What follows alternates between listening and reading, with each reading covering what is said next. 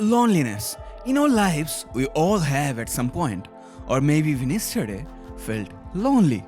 But how lonely can you ever be? Can you be as lonely as Michael Collins? Michael Collins was a part of the Apollo 11 crew. Yes, he was one of the three very first humans that went to the moon.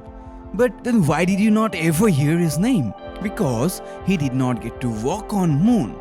Neil Armstrong and Buzz Aldrin worked, jumped, hoisted an American flag, did experiments while he was doing a very important job.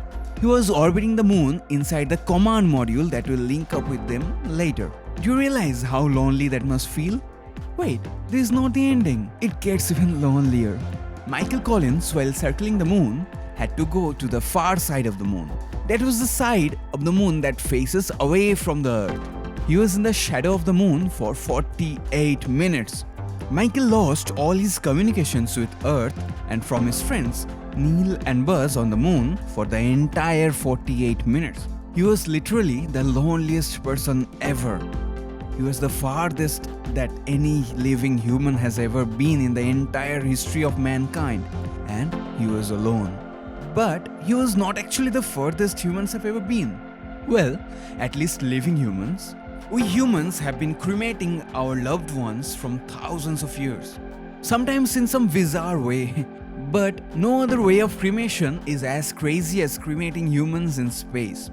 12 humans have walked on moon, but 300 humans have been buried in space. In the year 1997, the first space burial had taken place. A rocket deposited the ashes of 24 people in the orbit. In 1999, a lunar prospector probe dropped some cremated remains of Eugene Shoemaker, who discovered the comet Shoemaker-Levy 9. But that was not it.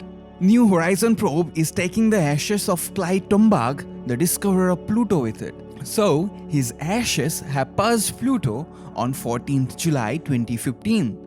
As of April 17, 2021, New Horizon crossed the solar system. It reached a rare deep space milepost of 50 astronomical units from the Sun, or 50 times further from the Sun than the Earth is, making Tombaugh's remains the farthest human remains.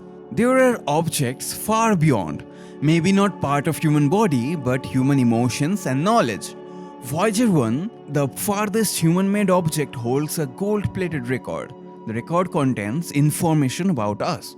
NASA chose many audios on the disc, but one song that was chosen to represent loneliness of humans to whoever or whatever finds it in future. The song is by Blind Willie Johnson, and it's called Dark Was the Night and Cold Was the Ground. So, to think about it, we humans are really a lonely creature hovering over the space on a pale blue dot. No, tell me, do you feel lonely anymore? You got me and the night sky with you. Keep watching.